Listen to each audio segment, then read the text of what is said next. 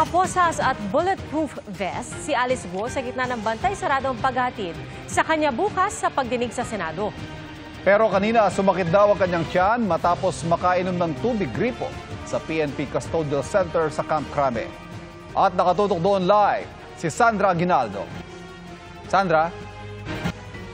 Yes, Pia Ivan, sa gitna ng banta sa buhay ni dismissed Mayor Alice Guo ay handa raw ang PNP na ibiyahe siya patungong Senado bukas. Ayon naman po sa kanyang abogado ay itong si Alice Guo ay handang sumagot sa mga tanong ng mga senador pero gagamitin din niya yung tinatawag na right against self-incrimination para naman daw hindi niya maidiin ang kanyang sarili.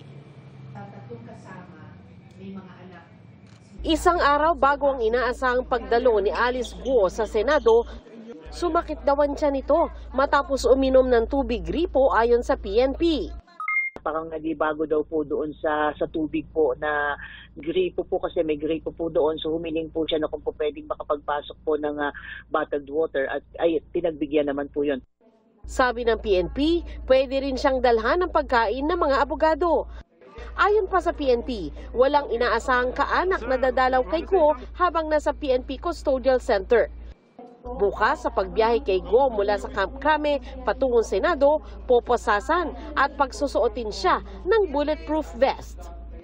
So we expect mo na by 8 a.m. po ay tutulak na po yung convoy. We will be providing po security package po to make sure po na magiging ligtas po yung pagta-transport mo po niya.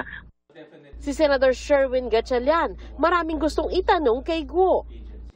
Dahil nga sa sobrang laking Pogo Hub na ipinatayo sa Bamban, hindi pa klaro kung saan nanggaling yung pera. Bigay ng detalye kung paano sila nakatakas at kung sino ang tumulong sa kanilang tumakas.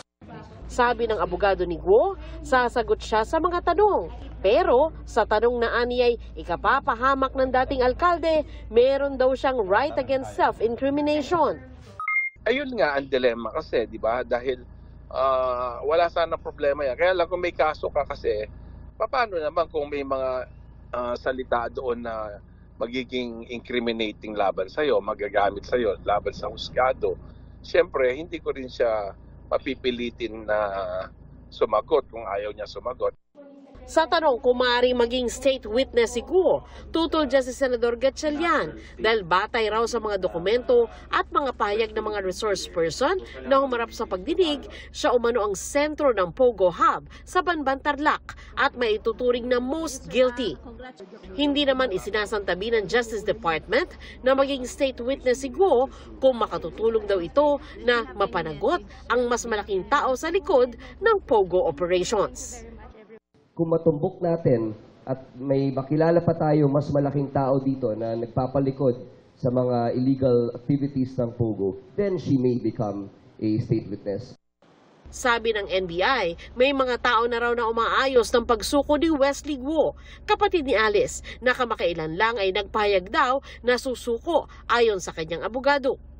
Sabi naman ng abogado ni Cassandra Leong na sa attorney Ferdinand Topacio, depende raw sa abiso ng kanyang mga doktor kung makakapunta si Ong sa Senate hearing bukas. Pero ani Topacio, mas gusto pa raw magpakulong ni Ong kesa dumalo sa Senate hearing at mapahiyaan niya. Nasa kustodiya ng House Quadcom si Ong habang may pagdinig kaugnay sa Pogo. Pero nasa ospital si Ong matapos bumaba ang kanyang blood sugar sa gitna ng pagdinig noong Miyerkules.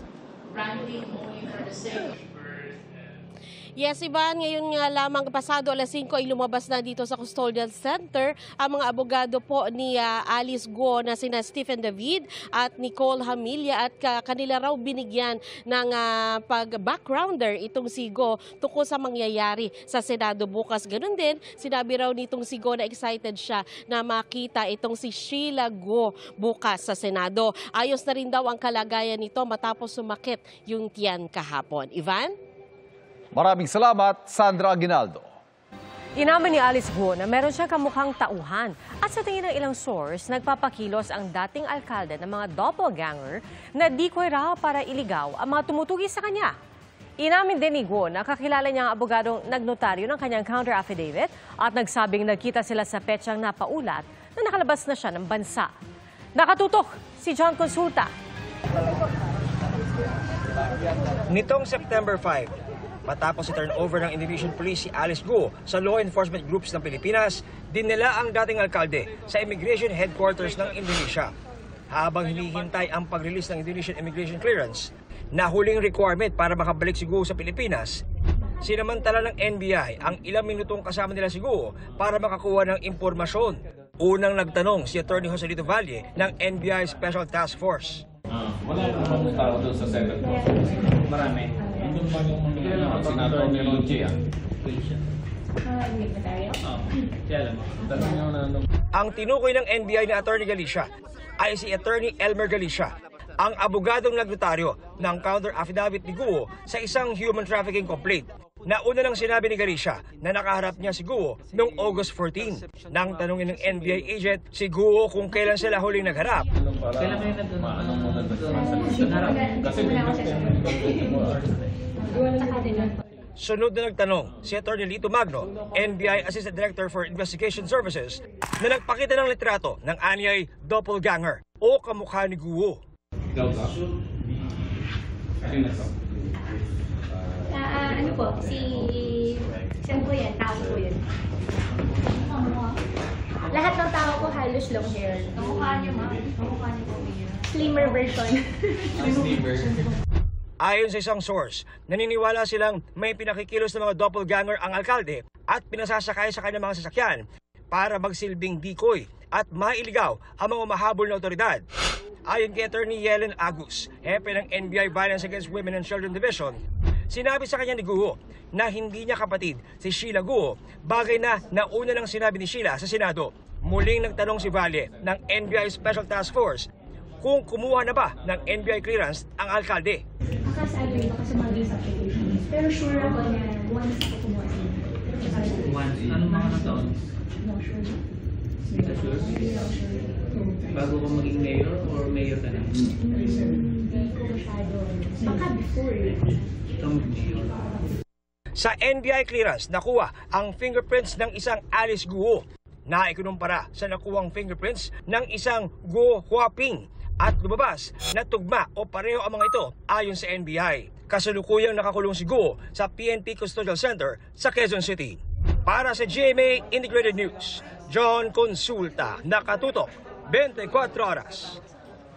Sinusubukan po namin kunin ang panig ni Attorney Galicia, ngunit hindi siya sumasagot sa aming tawag. Sarado rin ang kanyang bahay at law office na aming puntahan.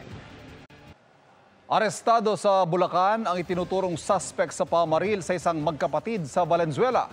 Patay ang isa sa mga biktima na nagturo umano ng drug suspect sa pulisya. Nakatutok si Bea Pinlac.